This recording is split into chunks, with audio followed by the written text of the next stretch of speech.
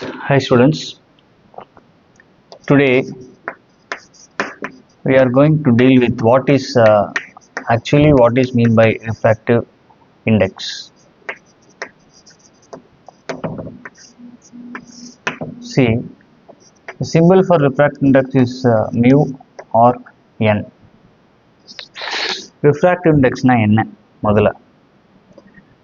So ஒன்றுக்கு மேற்பட்ட ஊடகங்கள், அதாவது if there are more than one medium, so அப்போ வந்து டூ டிஃப்ரெண்ட் மீடியா இருக்குது, பேர்ஸ் ஆஃப் மீடியா இருக்குது அப்படிங்கும்போது ஒரு மீடியத்துலேருந்து இன்னொரு மீடியத்துக்கு லைட் ட்ராவல் ஆகும்போது அந்த லைட்டோட வெலாசிட்டி சேஞ்ச் ஆகுது.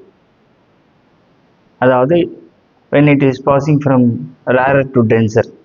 இப்போ ரேரர் மீடியம்னா உங்களுக்கு தெரியும், ரேரர் இப்போ ஏர் மீடியம் எடுத்துக்கலாம். For example air medium is rarer medium.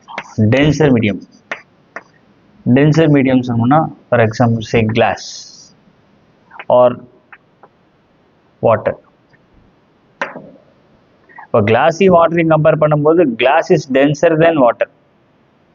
இங்கே air is rarer medium. Okay, so இந்த இடத்துல நம்ம வந்து we are going to strictly concentrate on optical density. Optical density அப்படிங்கிறது இந்த மீடியம் உடைய ரிஃப்ராக்டிவ் இண்டெக்ஸை மெஷர் பண்ணுறதுக்கான டென்சிட்டி, ஆப்டிக்கல் டென்சிட்டி.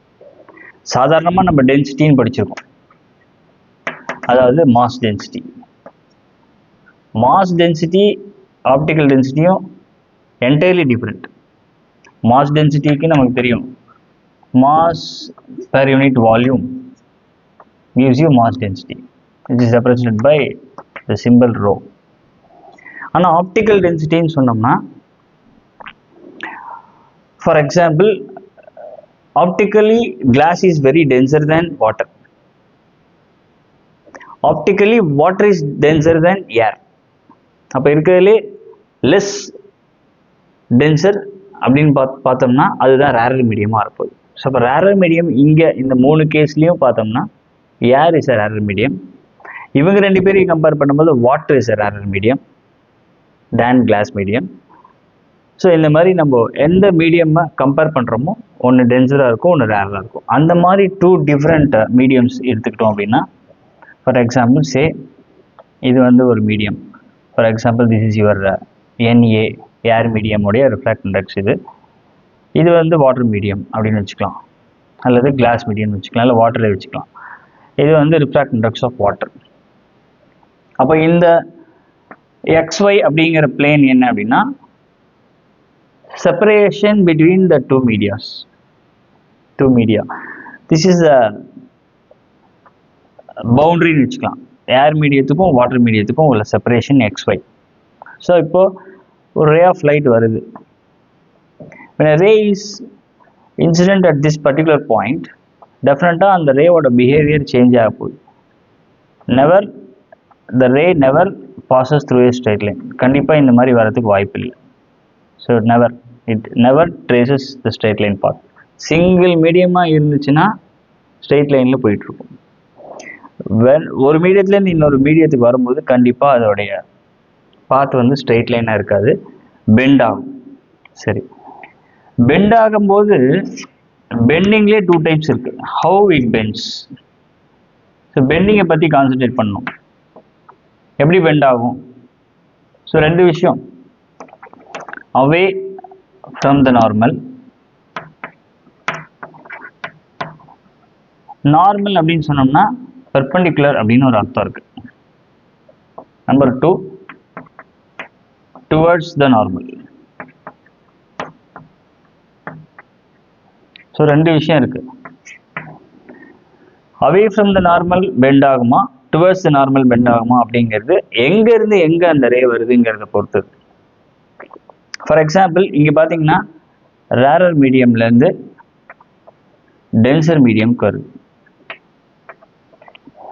அப்போ ரேரர் மீடியம்லேருந்து டென்சர் மீடியத்துக்கு வரும்போது இந்த பாயிண்ட்டுக்கு பேர் point at which the ray is incident. அப்போ இது ஒரு பாயிண்ட் ஆஃப் இன்சிடென்ஸ் நம்ம சொல்லுவோம். இந்த பாயிண்ட் ஆஃப் இன்சிடென்ஸ்க்கு ஒரு நார்மல் லைன் வரையணும். மற்ற பேசிக்ஸ்ல பார்த்தோம்னா நார்மலுக்கும் இன்சிடென்ட் ரேக்கும் இடையில உள்ள ஆங்கிள் ஆஃப் இன்சிடென்ஸ் நம்ம சொல்லுவோம். சரி, இப்போ கண்டிப்பா இது ஸ்ட்ரெயிட் லைனா போகாது, பெண்ட் ஆகும்னு சொல்லியிருக்கோம். எப்படி பெண்ட் ஆகும் அப்படின்னா, ரேரர் டு டென்சர் வரதுனால it bends towards the normal. So இது வந்து ரிஃப்ராக்டட் ரே, இது இன்சிடென்ட் ரே. அப்போ நார்மலுக்கும் ரிஃப்ராக்டட் ரேக்கு இடையில உள்ள ஆங்கிள் ஆஃப் ரிஃப்ராக்ஷன் அப்படின்னு சொல்லுவாங்க. ஸோ இப்போ இங்கே பார்க்கும்போதே தெரியும், ஆங்கிள் ஆஃப் இன்சிடென்ஸ் ஒரு ஃபார் எக்ஸாம்பிள் 39 டிகிரி இருக்கு அப்படின்னா, ஆங்கிள் ஆஃப் ரிஃப்ராக்ஷன் கண்டிப்பாக லெஸ் தேன் 39 டிகிரியாக தான் இருக்க முடியும். ஸோ இதில் நான் என்ன கன்க்ளூட் பண்ணலான்னா, I is always greater than R அப்படிங்கிறத கன்ஃபார்ம் பண்ண முடியும். இதுதான் ரூல். ரேரர் டு டென்சர் வரும்போது கண்டிப்பாக ஐ தான் அதிகமாக இருக்கும். ஏன்னா டுவர்ட்ஸ் நார்மல் இந்த ரே வரதுனால இந்த ஆங்கிள் ஆஃப் ரிஃப்ராக்ஷன் வந்து கம்மியாக தான் இருக்கும். இதுவே suppose the ray is coming from denser to ரேரர்னு வச்சுக்கோமே, அப்போ it bends away from the normal. அப்போ இந்த கேஸில் பார்த்தீங்கன்னா ஐ இஸ் லெஸ் தேன் ஆர்ன்னு வரும். அதையும் கூட நம்ம இங்கே போட்டு பார்க்கலாம். ஃபார் எக்ஸாம்பிள் இங்கே பாருங்கள், சப்போஸ் இது வந்து கேஸ் 1 வச்சுக்கலாம்,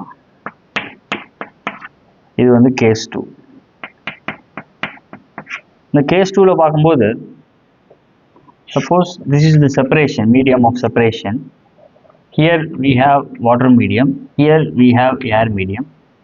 So appa and the ray of light is coming from water medium and entering into the air medium. So appa இது point of incidence, இதுக்கு நார்மல் வரையணும். இதுக்கு நார்மல் வரையும்போது கண்டிப்பாக அந்த ரே வந்து ஸ்ட்ரெயிட் லைனில் போக வாய்ப்பில்லை, இப்படி ஸ்ட்ரெயிட் லைனில் போக வாய்ப்பில்லை. It bends away from the normal, so இப்படி பெண்ட் ஆகும். அப்போ பாருங்கள், இது ஆங்கிள் ஆஃப் இன்சிடென்ஸ் சேம் 39 டிகிரின்னு வச்சுக்கிட்டோம்னா, ஃபார் எக்ஸாம்பிள் இது வந்து கண்டிப்பாக கிரேட்டர் தேன் 39 டிகிரியாக தான் இருக்க முடியும்.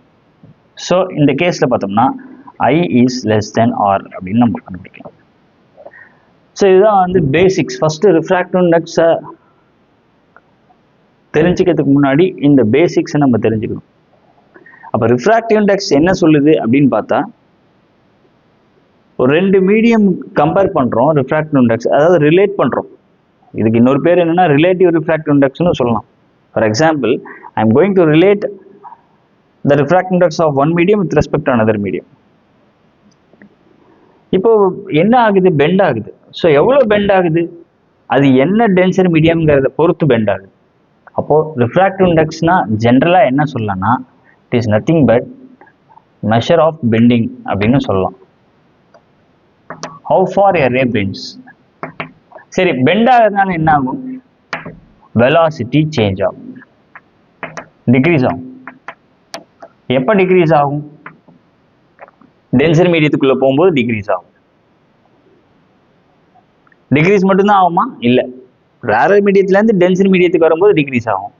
டென்சர் மீடியத்துலேருந்து ரேரர் மீடியத்துக்குள்ள போகும்போது இன்க்ரீஸ் ஆகும். அப்போ டிக்ரீஸோ இன்க்ரீஸோ அதை நம்ம வந்து சேஞ்சுன்னு நம்ம சொல்லுவோம். அப்போ இந்த கான்செப்டை தெரிஞ்சுக்கிட்டோம்னா ரிஃப்ராக்டிவ் இண்டெக்ஸை பற்றி நம்ம கிளியராக என்ன ப்ராப்ளம் வந்தாலும் சால்வ் பண்ண முடியும்.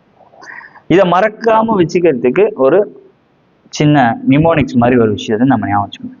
அது என்னன்னா, an apple a day keeps the doctor away. இந்த நிமோனிக்ஸை ஞாபகம் வச்சுக்கோங்க. அப்போ இதெல்லாம் நமக்கு தெரிஞ்ச ப்ராவர்ப் தான். டெய்லி ஒரு ஆப்பிள் சாப்பிட்டா நமக்கு உடம்புக்கு எந்த நோயும் வராது. So an apple a day keeps the doctor away. இந்த டாக்டர் அவேங்கிறது தான் மேட்டரே இருக்கு. என்னன்னா, D for denser, R for rarer. அதாவது when a ray of light is traveling from denser to rarer medium, it bends away from the normal அப்படிங்கிறது தான் இதில் நம்ம புரிஞ்சுக்கணும். ஓகேவா? ஓகே, இப்போ ரிஃப்ராக்டிவ் இண்டெக்ஸை பற்றி இன்னும் டீப்பாக சில விஷயங்களை பார்ப்போம் அடுத்த வீடியோவில்.